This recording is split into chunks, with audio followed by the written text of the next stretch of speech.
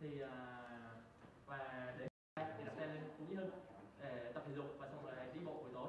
Sau đó thì đến khoảng cỡ 10 hoặc là 11 giờ là về thì bắt đầu là cũng sử dụng máy tính.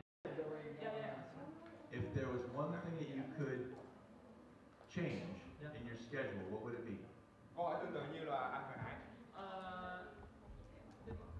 Actually, sure, I have a plan to change my schedule also. So the thing is that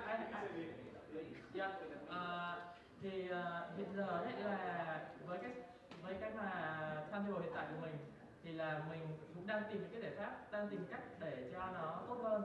Thì bằng cách là mình sẽ tìm những cái bạn quản lý vào. Điểm này tiếng, thật ra ngày cũng 2 tiếng sát. Và trong thời gian start thì có ngày 1 tiếng, có thể là trong suốt thời gian luôn. Một phần là do mình nghĩ là các anh chị nếu mà start thì chắc là đã qua giai đoạn đó thì cũng vậy thôi. Nhưng mà nó có một cái công thức mà giúp cho mình ngủ ít nhưng mà vẫn đảm bảo được sức khỏe và hoạt động đa ngành, đó là mình chia nhỏ những giấc ngủ mình ra. Một lần mình ngủ rất ít ngắn, khoảng chừng nửa tiếng, nhưng mà có thể một đêm mình ngủ nửa tiếng nhưng mà trưa mình lại ngủ, hoặc là bất cứ khi nào mình mệt. Chứ hôm qua mình đi với anh Minh là đi karaoke mệt thì nằm ngủ tại quán karaoke luôn. Cài nha, hôm qua đi vỗ tay chia sẻ về cái thời khóa biểu của một startup thì trong suốt 1 năm rưỡi qua thì mình thế này buổi bắt đầu từ giờ làm việc của mình là bắt đầu từ 11 giờ, khi các bạn quay phim, các bạn ở tất cả mọi công việc nó bắt đầu có thời gian rồi, thì công ty mình là có hội cuối đêm, tức là cái giờ đó anh em bắt đầu bàn về kế hoạch kinh doanh, kế hoạch công việc và làm tới khoảng tầm 3 giờ rưỡi sáng. Thì sau đó mình ngủ khoảng chừng tiếng, tới khoảng tầm 4 giờ rưỡi bắt đầu mình tập hợp hết những cái bài gì hay trên Facebook á. Mình thường là trong ngày thì mình sẽ không đọc mà mình chỉ để cái chế độ là only thôi, just only, rồi mình đọc hết, bắt đầu mình tổng hợp cái nào hay thì mình share lên Facebook, còn cái nào dở thì không share. Rồi tới khoảng tầm sáng 6 giờ rưỡi thì mình nghe nhạc, rồi mình luyện thanh, tự hát. Và mình không giấu không chỗ là vừa hát vừa nhảy, cũng một mình thôi. Rồi tầm cái thời gian người ta đi thể dục á, thì cái giờ này thời gian đó mình cũng đi thể dục để mình thứ nhất là làm quen cộng đồng, nó cũng là một hình thức kinh doanh. Thực ra một ngày mình toàn bộ kinh doanh á, thì mình kết nối với vừa tập thể dục vừa kết nối với hàng xóm và những cái đối tác nào đó. Rồi xong tập thể dục xong thì mình cũng giống ổng là mình check mail tất cả mọi thứ và set up những cái việc trong ngày, những cái cuộc hẹn. Trưa thì bắt đầu giống như cuốn Never Eat Alone đó, đừng bao giờ đi ăn một mình. Thì trưa thì phải kiếm một người đi ăn chung, ăn ở đâu đó cũng được. Và thời gian buổi chiều của mình thì bắt đầu là nó không có gì đặc biệt, cho tới khoảng tầm 4 giờ bắt đầu đi tập gym thì mình cũng vô đó tập để mình đi kết nối những mối quan hệ. Rồi tập gym xong tầm tới tầm 7 giờ thời gian cao điểm của Facebook, thì cái gì mà muốn câu like hoặc là hot hoặc là Facebook là mình dùng cái công cụ đó là cũng để kết nối mọi người. Thì lúc đó mình chia sẻ những cái gì mà mình thấy đặc biệt của mình rồi mình post lên. Mình nói chung đi chơi đã tới tầm 11 giờ thì mình đi hát ở các bar thì cái thời gian đó là thời gian mà hát thì người like nhất. Tại vì giờ trước đây khi đã ngủ hát ở bar xong rồi thì đi tầm khoảng 12 giờ bắt đầu quay về làm đồ cho bé, quay về làm việc với group, thì nó chỉ một ngày nó như vậy. Còn những ngày mình đi đóng phim hoặc đi quay đầu phim thì nó sẽ khác hơn, nó sẽ tùy thuộc vào cái hoạt động của đầu phim. Mình là định hướng mình là và 2 ngày cuối tuần thì nó khác hoàn toàn. 2 ngày cuối tuần là thời gian mình đi phường, giống như mình. Một tràng pháo tay cho chàng trai ba bạn chúng ta con ơi. Trời ơi. So if you could change anything in your schedule, Muốn cải thiện điều gì trong cái thời khóa biểu mình vẫn thiếu một cái giống như các bạn là thiếu cho gia đình, và cái mà cái gì nó có giá đó, thì mình đã lãnh cái giá của mình rồi. Thì và bây giờ mình đang cố gắng thay đổi cái vấn đề đó dành gia đình nhiều hơn, và cái đó thực ra một cái lời khuyên mà mình là cái mẹo đắt giá. Tại vì gia đình thì nó và mình tất cả hoạt động mình ngay bây giờ mình bị cái vấn đề tất cả dạy con hay gì toàn bộ trên Facebook. Tại vì tuần thì mình cũng gặp con thì khoảng được có một ngày, thì đó là cái thất bại. Thank you.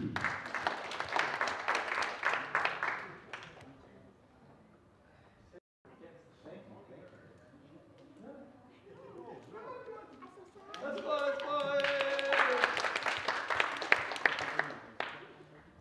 Của em là như vậy, khoảng 12 giờ tối thì em sẽ đi ngủ và 4 giờ rưỡi sáng là dậy. 4 giờ rưỡi sáng dậy thì em đã Thiên Chúa, như là trước khi dậy xong là cầu nguyện xong thì sau đó thì xuống nấu nước nóng, nấu nước ấm để uống, có thể là pha với mật ong hoặc là chanh.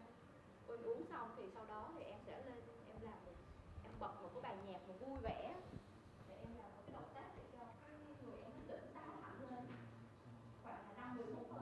Sau đó thì bắt đầu em sẽ ngồi thiền, khoảng 15-20 phút, và em làm hình dung tưởng tượng. Em sẽ hình dung trong đầu em cái ngày đó em làm cái gì, rồi cái sự việc nó diễn ra như thế nào, em muốn cái gì trong ngày đó, rồi cái tương lai của em thế nào, em cũng làm ra cái phần hình dung tưởng tượng luôn. Thì cái phần đó thì em làm khoảng tới, tất cả những cái việc đó em làm khoảng tới 5:30 đó, em làm xong, em viết xuống giấy là cái ngày trong ngày đó em phải viết ra em làm cái gì. Sau đó bắt đầu em đi tập thể dục, em đi bộ, em ra công viên tập thể dục. Tập thể dục đến khoảng 6:15 em về. 6:15 về thì bắt đầu tắm rửa ăn sáng, rồi bắt đầu em sẽ từ cái khoảng 6:30 đến 7:30 đó em sẽ dành thời gian em đọc sách. Những cái sách mà em cần phải học, tại vì em đang học biên kịch đó, thì em có học biên kịch với lại em có thể luyện thêm tiếng Anh này. Dạ. Thì đến giờ đó thì đến bắt đầu khoảng gần 8 giờ kém rồi em đi làm. Đến công ty khoảng 8:30 là bắt đầu công việc. Thì từ 8:30 cho đến 12 giờ là làm việc ở công ty. Rồi sau đó thì buổi trưa thì em có thể ăn ở công ty, hoặc là hẹn những cái đối tác của em đi ăn trưa, hoặc là từ khoảng 12 giờ đến 2 giờ trưa thì em có thể đi ra ngoài đi ăn với bạn bè, hoặc là gặp gỡ khách hàng, hoặc là em có thể đi xem phim với khách hàng nữa. Rồi sau đó thì lại quay về làm việc đến khoảng 5 giờ 5:30 chiều á. Bắt đầu em nghỉ thì lúc đó em lại làm cái giống như reset á. Em sẽ ngồi nghỉ lại, xong là bắt đầu cho mình tỉnh lại, để cho mình bắt đầu mình sau đó thì về. Thì cái thời gian buổi tối của em thì em hay đi học, có thể là em tham gia những cái lớp học, hoặc là em có những cái nhóm, những cái nhóm em đi học. Rồi em đi học thì nó cũng tùy vào thời khóa biểu. Đi học rồi đi xem phim, hay là đi làm các cái hoạt động với lại team hoặc là với khách hàng gì đó. Em sẽ làm cái thời gian trong buổi tối vậy đó. Rồi đi ăn với mọi người. Thì em sẽ về nhà vào khoảng cỡ 10 giờ tối á. 9 đến 10 giờ tối thì khúc đó thì em sẽ đi vệ sinh. Sau khi vệ sinh xong thì em lại tiếp tục em đọc sách. Ok, cái của bạn. Tôi lỗ tai thính lắm mà ai tôi thấy.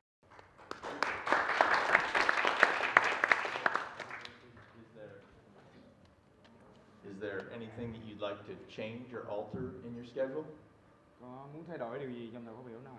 Dạ, em vẫn muốn thay đổi tại vì cái thời gian dành cho gia đình hơi ít. Thật sự là muốn thay đổi thời gian dành cho gia đình nhiều hơn. Rồi dành thời gian kết nối với lại bạn bè, khách hàng, các mối quan hệ, mình chăm sóc những mối quan hệ tốt hơn. Okay, very good. Thank you.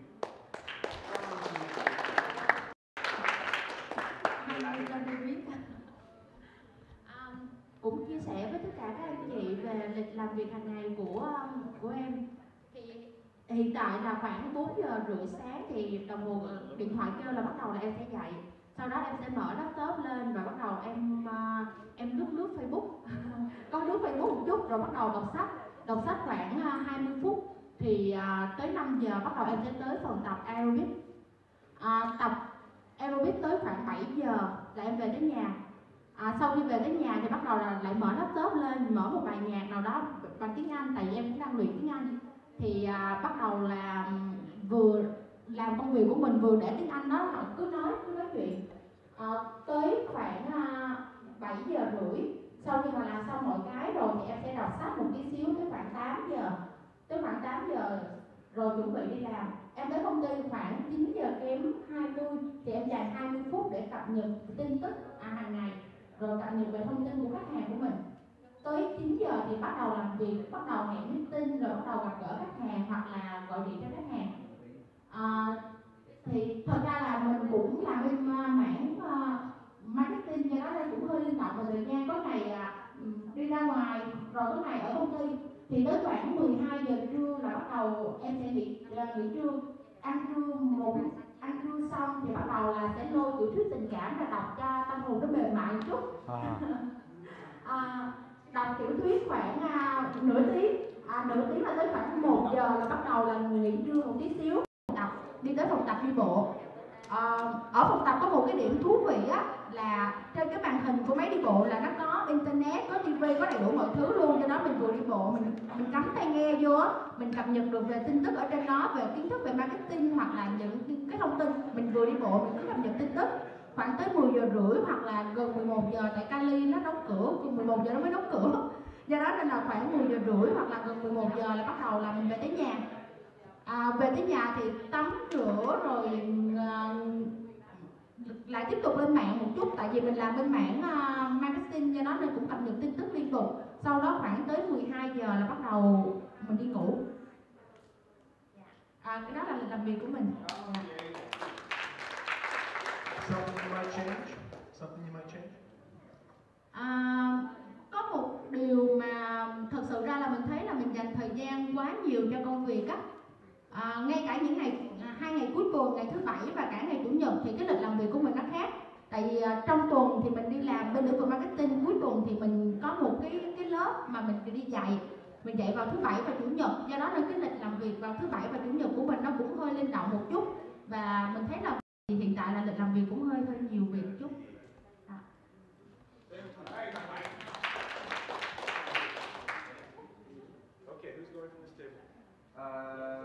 Cái bài này nó hơi rối rắm chút xíu anh Quân, rút lại cho em xử lý nó.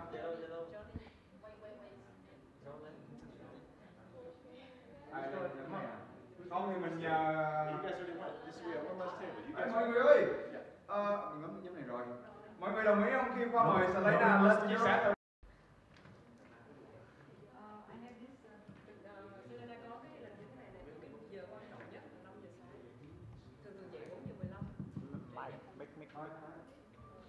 Giờ là quan trọng, vì giờ đó là yoga, meditation, và nghĩ đến những cái gì mà mình không làm được của ngày hôm trước, hoặc là mình làm cái gì đó không tốt. Giờ này giờ yên tĩnh về tâm và về tịnh mọi thứ. Và cái giờ quan trọng nữa là 7 giờ sáng, làm những cái việc mà khó nhất trong cái ngày đó hoặc trong tuần đó mình phải giải quyết ngay. Thường lịch của mình là lên trước 1 tháng hoặc là ít nhất là 3 tuần.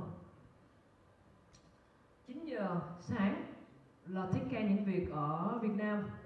Còn từ 7 giờ tối đến 9 giờ tối là take care những cái diễn giả, những cái công việc ở nước ngoài. Các cái sự kiện mà sắp tới mình đi là có rất là nhiều sự kiện. Rồi cái thời gian mình ngủ là thường hiện tại thì thời gian này thì 1 tiếng rưỡi 2 tiếng một ngày hoặc là ít hơn. Còn bình thường thì mình ngủ khoảng 4 tiếng rưỡi. Hiện tại thì 2 công ty và 4 tập đoàn khác mình đang làm khá là chặt cái lịch. Nhưng mà mình thấy cũng bình thường, không có hiếm khi bị stress lắm. Tại vì những cái phần khó nhất từ 7 giờ sáng đến 9 giờ sáng mình giải quyết gần như hết rồi. Các cái cuộc hẹn cũng vậy đó, ưu tiên những cái nào quan trọng, những cái nào mà đem cái kết quả cao nhất thì mình làm trước. Những cái nhẹ nhàng thì làm sau. Và chắc chắn phải dành thời gian tập thể dục. Dắt chó đi bộ, chạy bộ và đi bộ 18 tầng. Mình ở chung cư mà. Vậy đó cái việc mình làm. Đi du lịch á, thường là khoảng 6 tuần mình tặng cho mình 1 tuần đi biển, đọc sách, nghe sóng hay đơn giản vậy thôi. Đó, mình có những cái thời gian để retreat. Rồi nói chuyện với bạn bè thì mình có khoảng vài người bạn thân ở Việt Nam và nước ngoài thì hay nói chuyện, những người đó coi cho những lời khuyên rất là giá trị. Và đặc biệt mình có một mentor là người Phần Lan, là thầy của mình, là co-entrepreneur, là ba nuôi của mình, là hầu như hàng ngày hai thầy trò, hai ba con là nói chuyện với nhau khoảng tiếng rưỡi 2 tiếng về cái tầm nhìn 5 năm, 10 năm, 20 năm sau này. Thì đó là những giá trị mình nhận được. Thì không biết là mọi người có thể áp dụng được cái này hay không, nhưng mà mình thấy cũng khá là hiệu quả mà không bị mệt. Very good. Selena, is there anything you'd like to change in your schedule or do different? Actually now I don't have time for my family. Hiện tại mình không có thời gian cho gia đình, không có thời gian cho ba mẹ mình, và ba mẹ phải Đồng Nai chạy đi thăm con. Rất là buồn, nhưng mà bây giờ đầu tư công việc khá nhiều, cho nên là chỉ có gọi điện thôi, và anh chị của mình về thăm ba mẹ. Mình rất là muốn dành khoảng 30% thời gian cho ba mẹ, tại vì ba mẹ mình cũng 80 tuổi rồi, khá là lớn tuổi. Nhưng mà vì mình phải hy sinh cho một cái gì đó, không thể nào có hết tất cả. Muốn có sự nghiệp, muốn giúp đỡ nhiều người thì mình phải hy sinh một cái gì đó, không có được hết. Cho nên mình chấp nhận, nhưng mà mong là một cái thời gian sắp tới, một vài tháng nó tim cứng mọi người giỏi rồi thì mình có thể dành thời gian cho ba mẹ. Cái đó quan trọng nhất. Và bản thân mình, tình cảm riêng của mình giờ mình cũng không có. Đó là cái công việc của mình. I need more time with my family, with my friends. Yes, Sorry, my parents. With myself. I need more. Thank you very much for all sharing. I hope you saw one theme that many were sharing that they wish they had more time to spend with their family and friends. Các bạn thấy một cái điều chung mà ai cũng mong muốn ở đây không? Rất nhiều người đã hy sinh. I don't mean to be selfish about this, but it helps you. It helps you. If you invest in your family and friends, it helps you. Tôi kêu gọi mọi người ở đây hãy dành thời gian cho người thân của mình, sẽ rất là hữu ích cho mình mọi người. Nhóm này có chia sẻ không?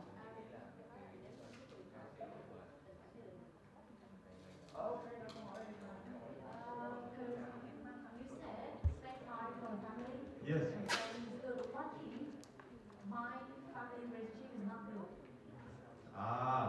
Good question to ask. In regards to family and friends, what if your relationship with your family is not good?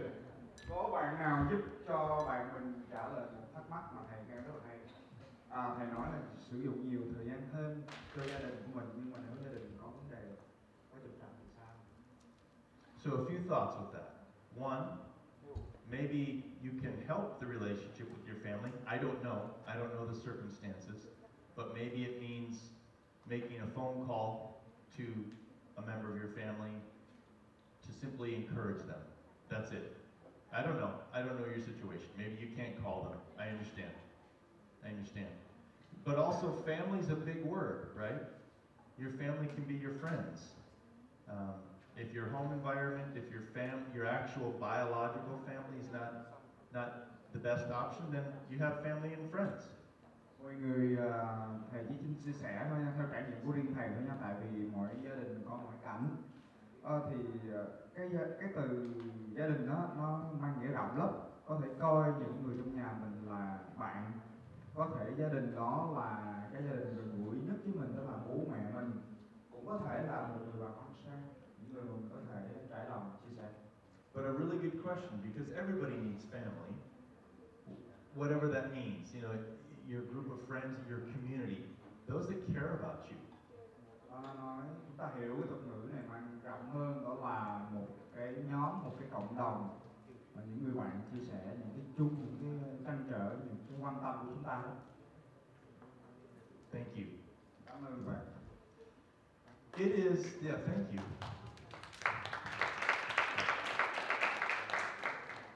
It is 3:30.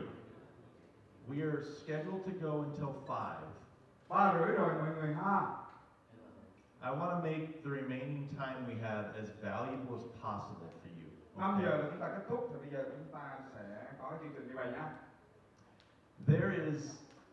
I have a whole bunch of slides to still go through. Tôi còn muốn chia sẻ rất nhiều với mọi người. And I knew we weren't going to get to them all, and that's okay. I was trying to share with you as much as I possibly could about things that I think are very helpful for success. Tôi rất là nhiều điều, rất nhiều chìa khóa tôi muốn truyền cho mọi người. But if you'll let me, I'd like to share just a few key points. And then I want to ask you, I'd like us if we could spend an activity together the last half hour. Bây giờ chúng ta sẽ làm như vậy, bởi vì thời gian đã không cho phép chúng ta nữa, là thầy sẽ chia sẻ những cái điểm mà thầy tâm đắc nhất, rồi chúng ta sẽ có khoảng 30 phút còn lại để mà thảo luận đúc kết. Okay, and you guys are very good at knowing activities to do, so I want to know something that's going to be of value to you. Whether it be us sharing together, us telling what we found most valuable from our time, us jumping up and dancing, I don't know. We'll talk about that, but I wanted you to know my thinking of how we're going to spend the last hour and a half, okay? We'll come back to that. So, I wanted to touch on this piece once again, a key success secret, the importance of a coach and a mentor. I really encourage you to have this become a part of your life. Điểm này rất quan trọng, slide này đối với thầy tâm đắc rất là tầm quan trọng của một người huấn luyện viên và là một người cố vấn cho mình mọi người. As you consider that person to have be this role in your life, some thoughts. You want them to have the best interest of you at heart. They want the best for you. Tìm kiếm những người mà mong điều tốt đẹp nhất đến với mình. This is important. They know how to listen.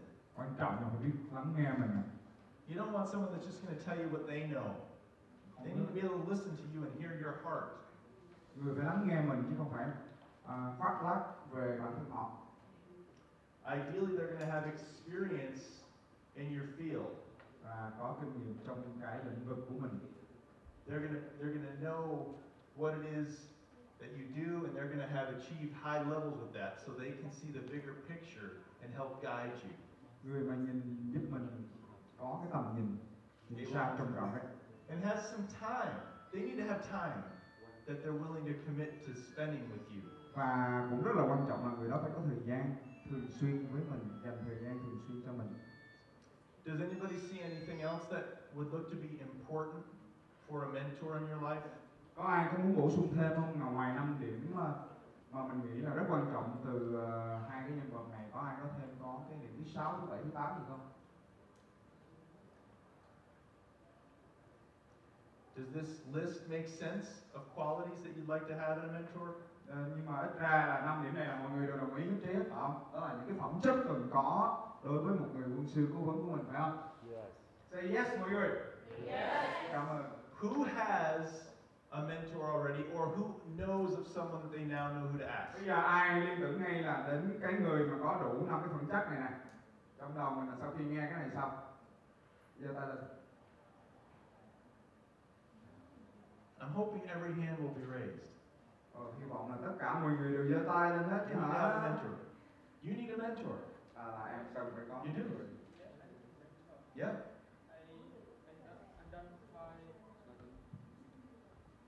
Em có muốn có một mentor nhưng mà bây giờ em chưa tìm được người đó. I don't have one yet. I really. Yeah.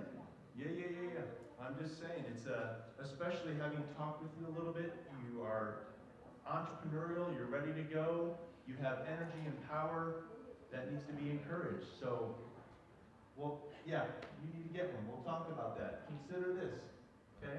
Em yên tâm đi, em sẽ thành công, em có cái tinh thần cho nên sẽ kiếm thôi, sẽ dễ dàng có được người như vậy các bạn. It's worth mentioning. So I'll do these trainings and I'll be asked, "Oh, can you be my mentor?" Okay, I'm humbled by the request, and I thank you for thinking of me that way. I'm open to it, but I want to discuss it with you personally, because ultimately my time's limited, and I wish I didn't have to, but when I make a commitment to someone to be the mentor, I'm dedicating time, and I do have a cost with that. And so I'm happy to talk to you about that, and I treasure the opportunity to do it, but just please consider that. Và chúng ta đâu cần phải tìm xa lạ nữa, có thể là ngay chính thầy của chúng ta các anh chị các bạn ơi. Nếu mà người nào có muốn thì thầy cảm thấy rất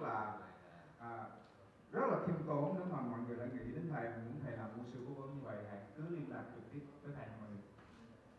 I could spend 2 or 3 hours talking to you about steps to take with how to effectively prioritize your tasks and your day, but I'm going to try to give you a mindset that'll help you.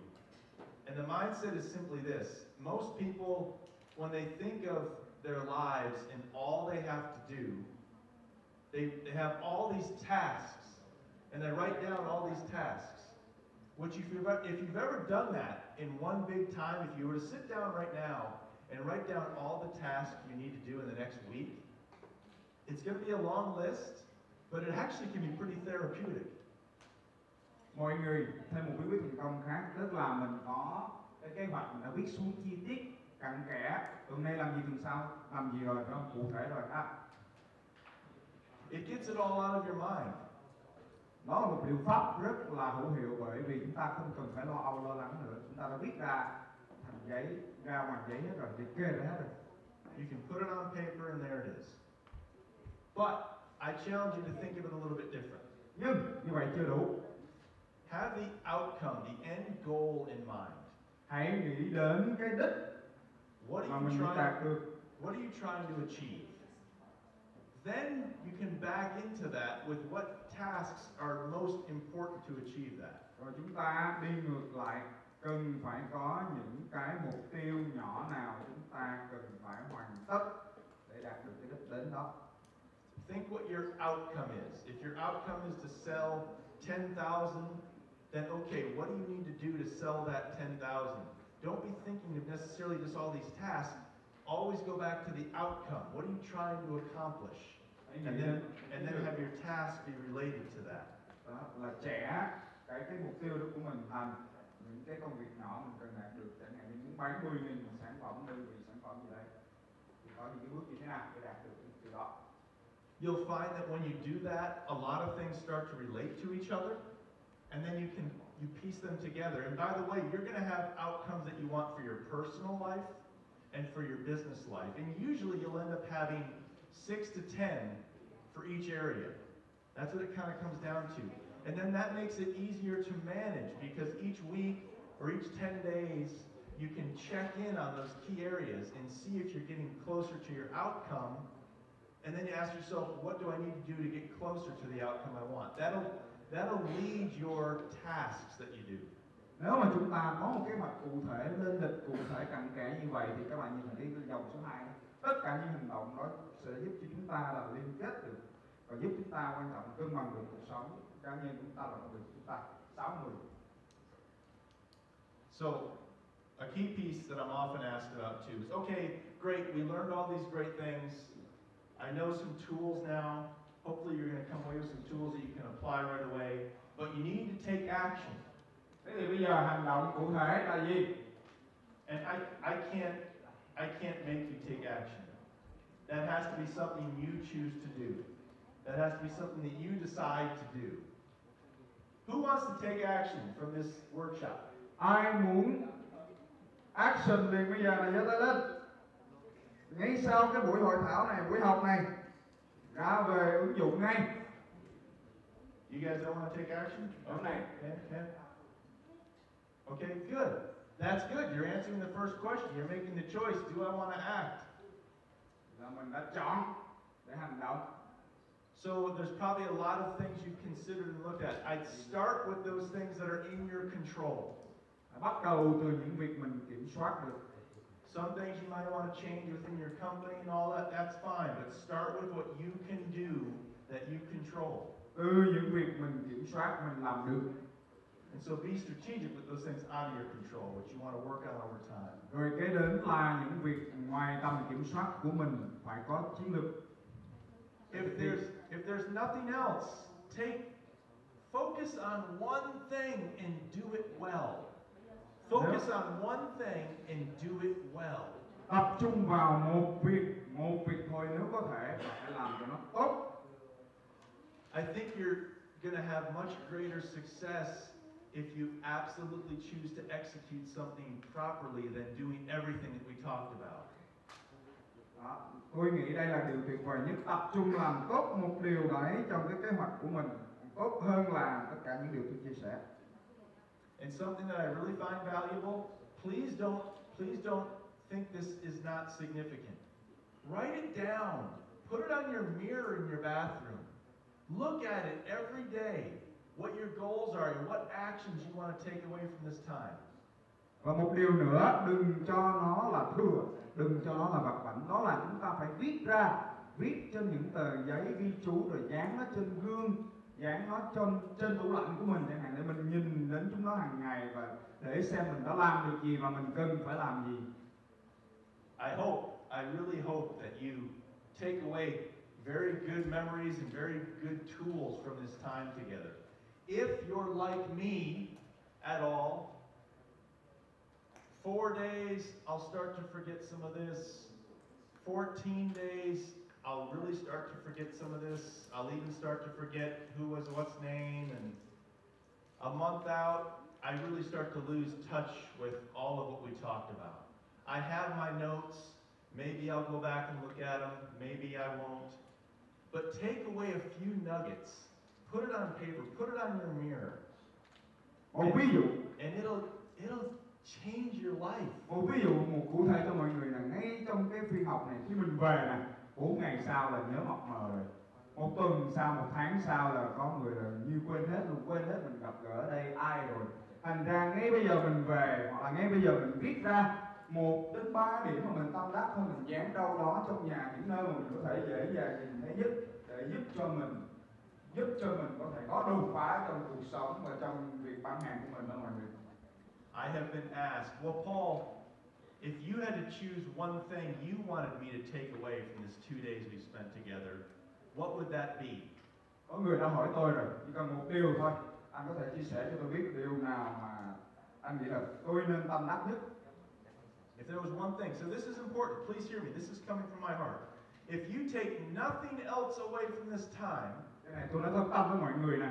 I encourage you to go forward in your lives and in your business with a mindset in your heart as you talk to someone of saying, as a person, I love you. Một điều đó. I love you. You don't have to say it out loud. I understand that may not be appropriate. But in your heart, I love you. It will change how you talk and work with that person. It will change how people work with you.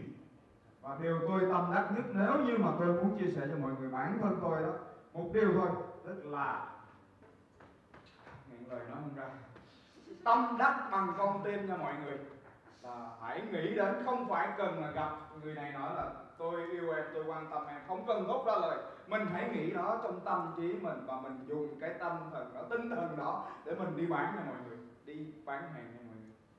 I guarantee that. Tôi đảm bảo với các anh chị em. If you do it and if I'm wrong, send me an email. Thử đi mọi người, nếu như mà thầy nói sai đó, gửi ngay cho thầy một cái email. Với cái tâm đó, mình tâm niệm trước như vậy trước khi mình đi bán. Because I want to know. Tôi thật sự muốn biết kết quả. Does anybody remember that in the beginning I promised 3 nuggets, 3 passed down secrets of success? Mọi người cứ nhớ không, lúc đầu thì có hứa là 3 cái điều, 3 thỏi vàng mình sẽ đem về. Thầy xin chia sẻ lại là những cái kinh nghiệm giúp thầy thành công đã truyền từ nhiều thế hệ. Are you ready? Mọi người sẵn sàng chưa? Yes. Các bạn sẵn sàng chưa? Yes. I guarantee that if you take these 3 pieces of heartfelt knowledge, time-tested knowledge, and if you take it inside of you, and if you apply it, it will bring success to your life. Ba điều này ghi tâm khắc cốt sẽ giúp cho chúng ta thành công.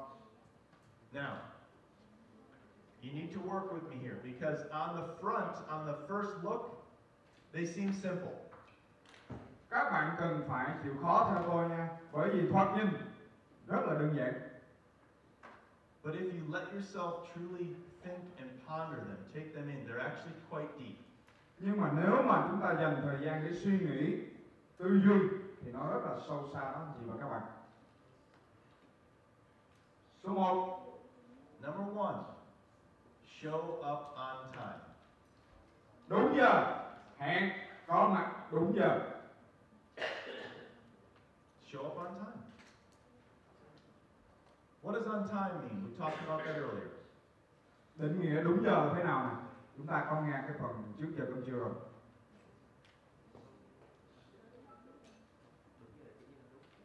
Ai có thể giúp thầy lặp lại? Dạ mời anh. Em không nói về định nghĩa nhưng mà em có thể kể một câu chuyện. Tại thực ra cách đây khoảng 2 năm á, khi mình có một khách hàng là người Nhật, mình hẹn anh bạn đó lúc 20 giờ 30 tối, và mình biết là hôm nay mình đến chính xác là lúc 19 giờ 57 phút. Bạn đã chửi thẳng mặt mình là đến thế giờ rồi. Bảo what cái gì? Còn 3 phút nữa tao mới đến giờ hẹn với mày mà. Nó bảo bạn đến lúc thời điểm này á, là bạn còn phải kêu nướng, là bạn phải chuẩn bị và bạn phải chuẩn thật mọi thứ, có nghĩa là bạn trễ mất ít nhất là 7 phút. Như vậy là bạn đã đến trễ giờ.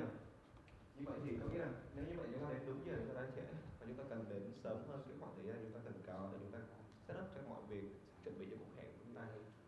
Thì thực sự đó là một bài học xương máu đối với mình, và trong tất cả những cuộc gặp lần sau thì thường mình sẽ đến sớm hơn và mình chuẩn bị mọi thứ một cách chú đáo hơn.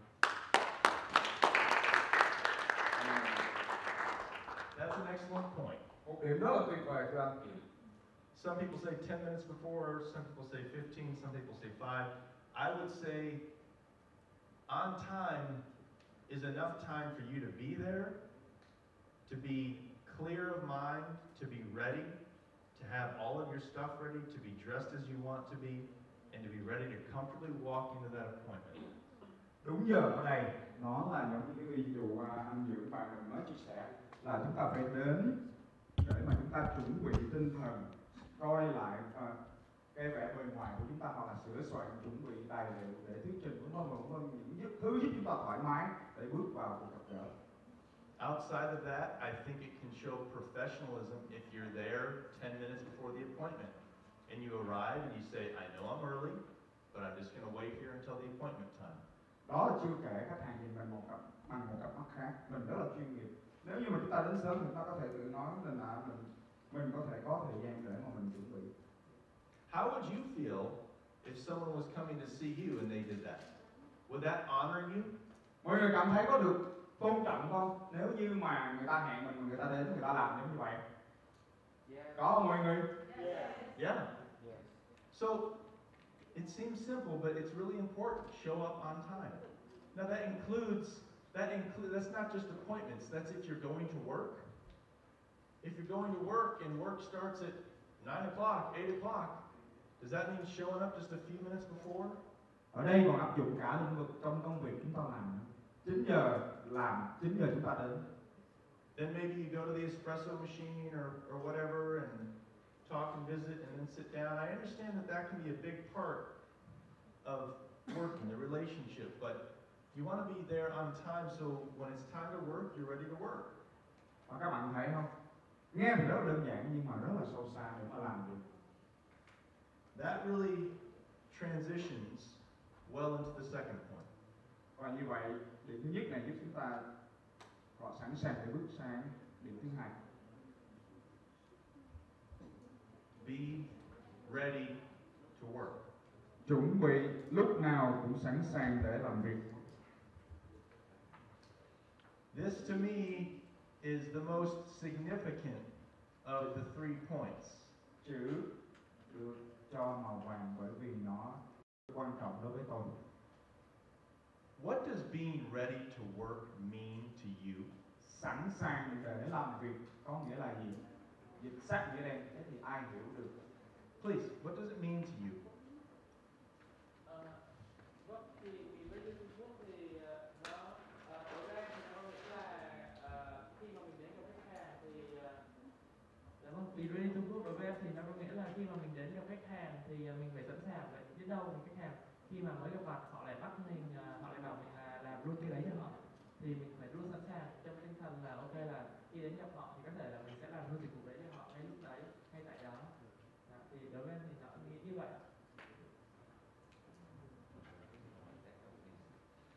We never know. We have to be ready because when we got to the appointment, you know, the clients can ask us to do what they want right away. So we have to be prepared, be ready. So how would you bullet point it? What would you say? Sorry. How would you put it in one? Bây giờ em cho một cụm từ một chữ thôi. Nếu không cần kể dài dòng thì em chọn từ gì? Nói luôn với anh bằng tiếng Anh giùm anh. Một cụm. Okay? Yeah. Well, anytime. Sẵn sàng vào bất kỳ What, khi nào. what does be ready to work mean to you? Thế còn các bạn khác?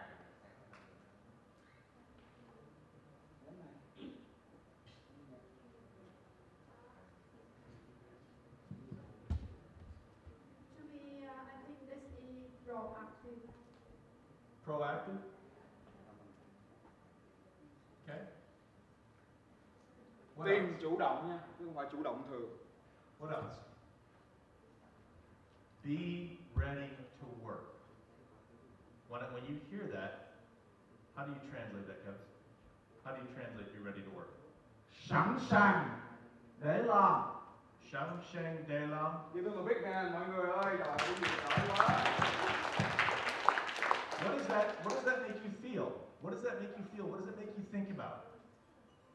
Khi mình hô lên cái cụm từ này đấy, mình có cảm giác như thế nào mọi người? Come on. Mọi người ơi. Well prepared, okay, yeah.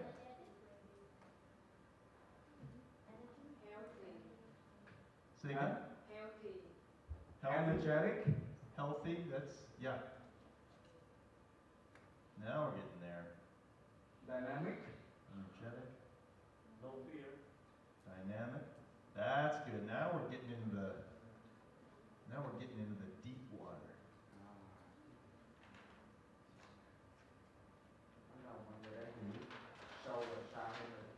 What was it you just said? No fear. No fear. Who said that? Yeah. No fear. Keep going. Không sợ. Huh? Còn ai nữa, có ai có cụm từ, tính từ, động từ gì đó? Throw it out. Just say it out. Ném ra mọi người, nói ra đi mọi người. I can do it. I can do it. Okay. Just do it. What else? What else? Just do it. Well prepared. Well prepared. Yep. Hồi nãy có rồi. Dạ. Còn gì nữa? Cái này biết. What else? What else? No pain, no gain. No pain, no gain. Take action. This is good stuff. Any others? Ready to sacrifice? That's good.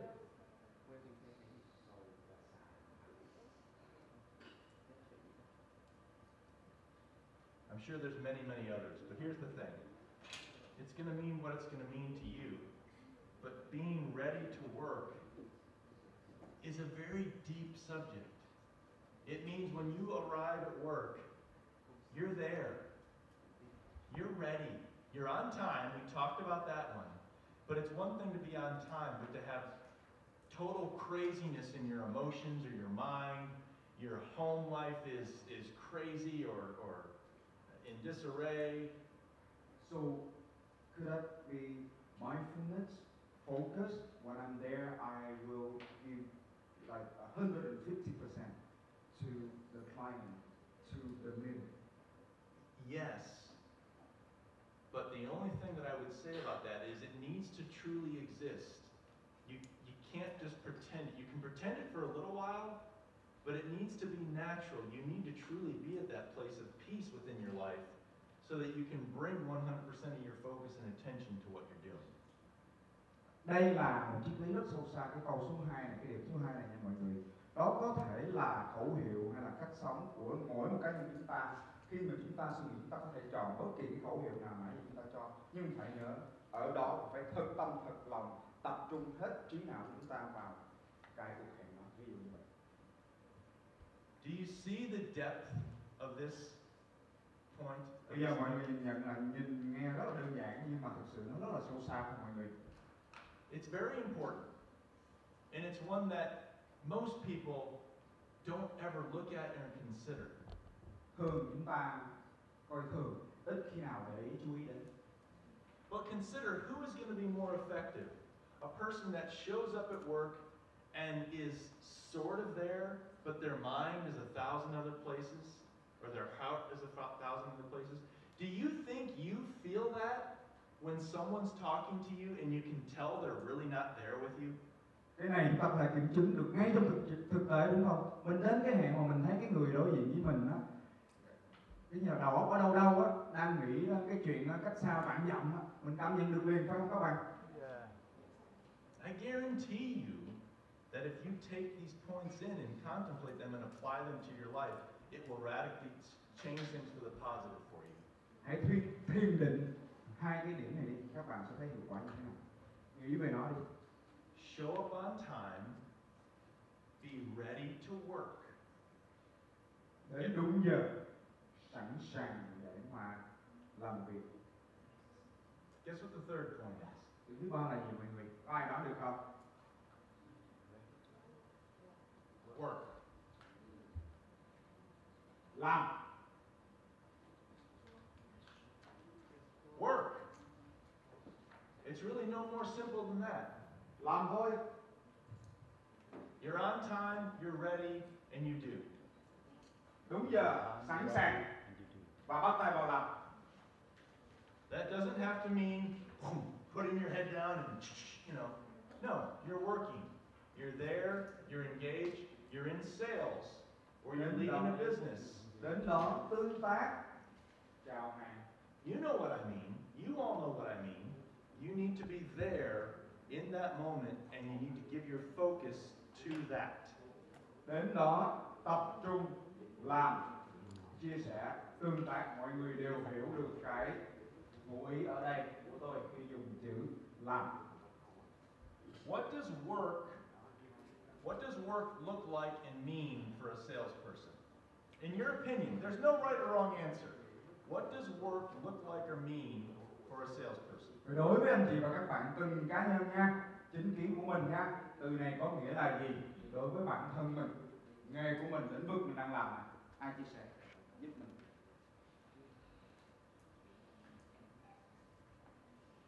Come on, is there any salespeople in this room? What does work look like? Từ này. Thank you. In my career, in my work, and the work to me, that mean after you be ready to work, it means you're present at the moment you face to face with your client, right? And then after we do the process like personal, organization, goal and objective, then we can ask and level on your partner or your client, then we can know the real and then you can give the solution for your client and or your partner. And I think in my career, that's the work that's mean, and the efficiency after your sale, your consultant, that's mean the word efficiency. Thank you for your listening. Đây là cái từ efficiency đúng không? So to sum it up, so you choose one word, efficiency. Let me ask you a question. We talked about a lot of things the past 2 days. Does work for a salesman, and I'm leading you here, okay? But does it include things such as, Bây giờ thầy gợi ý cho mọi người nè, work có phải là prospecting, tìm kiếm khách hàng mới, khách hàng triển vọng không? market research, Say yes mọi người. Nghiên cứu thị trường. carpe diem, Là gì ta? Ai nhớ từ ngữ này? sales plan, Nắm bắt cơ hội của ngài. Kế hoạch bán hàng. Đào tạo. Gì nữa mọi người? client visits, Thăm viếng khách hàng. Gì nữa nè? Có ai giúp thầy? what else? What else did we talk about? Follow up. She said. Follow up?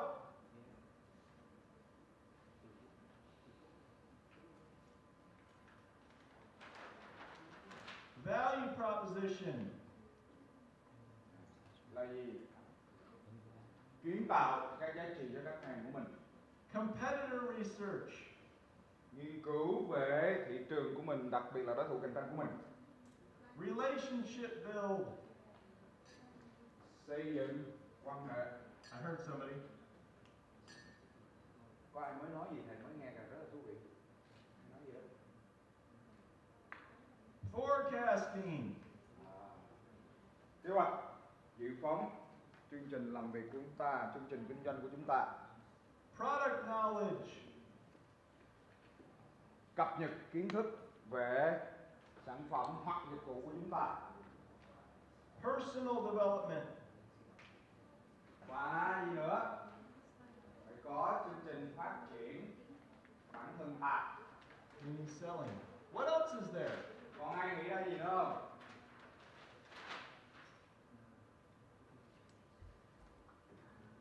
Appearance. Chăm chút vào dáng vẻ của mình hả? I'm going to say, like for me, a part of my work is exercising. It helps me with work. Vận động. What else? Gì nữa nè? Có ai nhớ bài? Chia sẻ thêm. Gì nữa chị?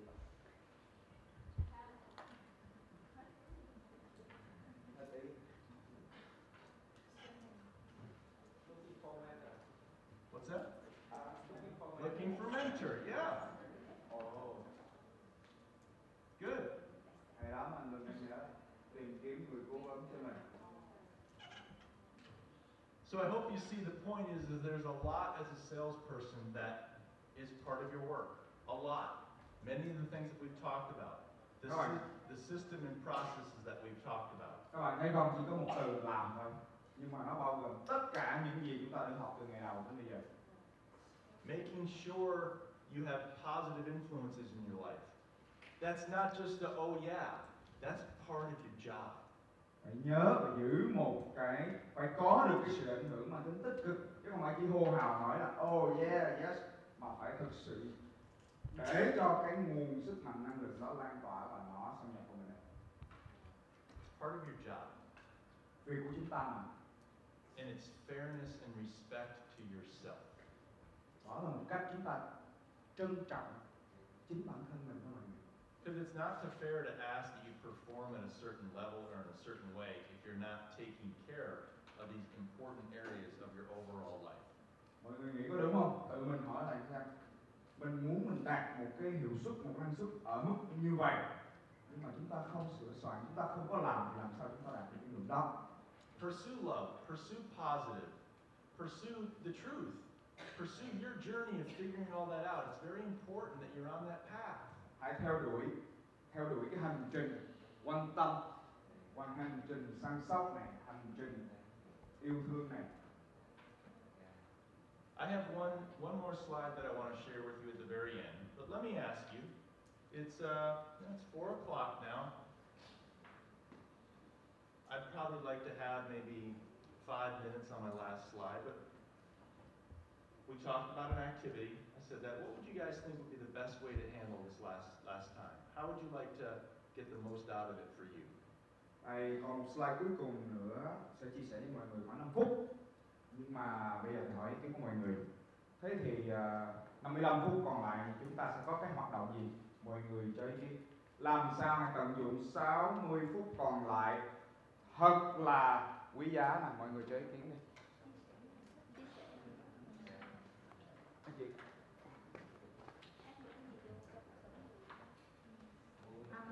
Đó là chia sẻ về những cái vấp ngã của thầy và những cái tình huống cụ thể mà thầy gặp phải và cách thầy xử lý như thế nào. Your failures. You want to share with us about your failures? How you fell, right, and how you stand back up. Yep. I was afraid that was going to come up. Mình thầy rất là ngại và cuối cùng những này chúng ta có người nhắc. But I'm glad it did, because that's really important. Rất quan trọng mọi người. Yes. What else? Còn gì nữa mọi người?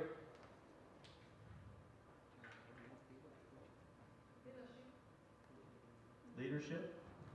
Any particular? Who said that? Oh, I'm sorry. Any particular part of leadership? Your team. Okay.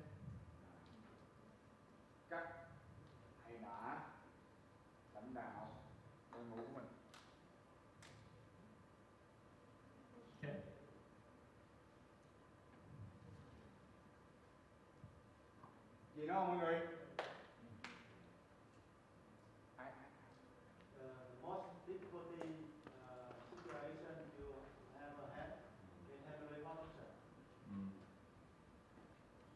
Most difficulty case. Okay. Recruitment. This group. Okay.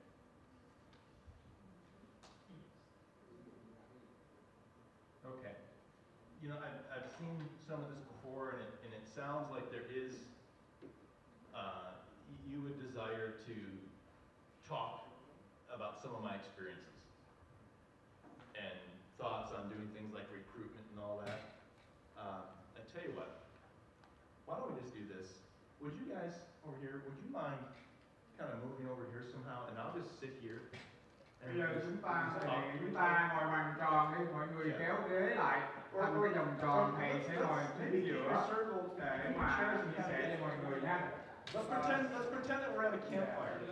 Đi coi như đi cắm lửa trại thôi mọi người. Đó, cứ ngồi vòng tròn đi, kéo ghế. Rồi mọi người có vị trí hết hả? Okay. Can you guys hear me okay? Nghe tôi rõ hết hả mọi người hả? This is nice. We should have done this earlier. Cảm giác bây giờ giống là ấm cúng đúng không?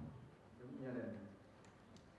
Alright, so I expressed in the beginning, look, I'm just a person, and I've been fortunate and blessed and lucky to be in different roles for some larger companies where I've been able to succeed.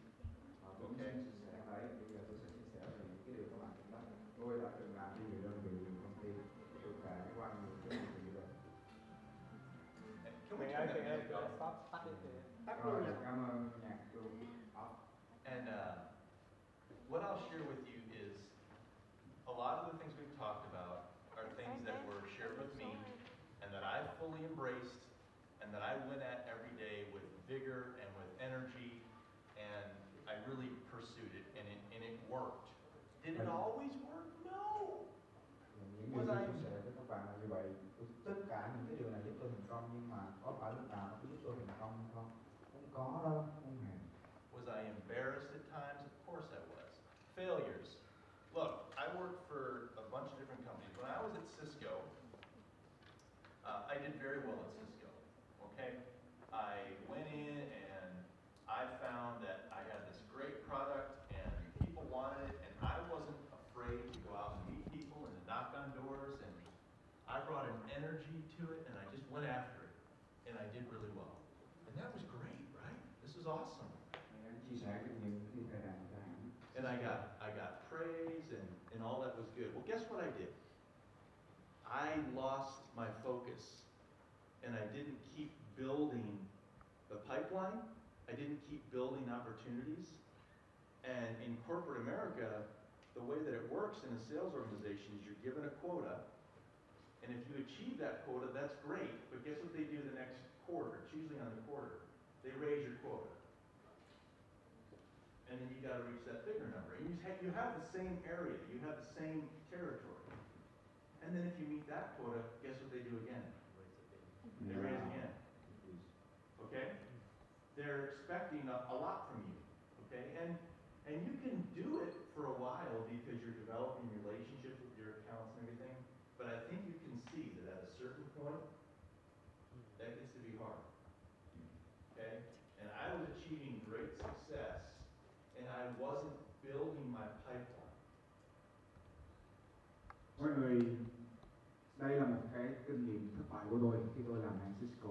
Tôi đã đạt rất là nhiều thành công.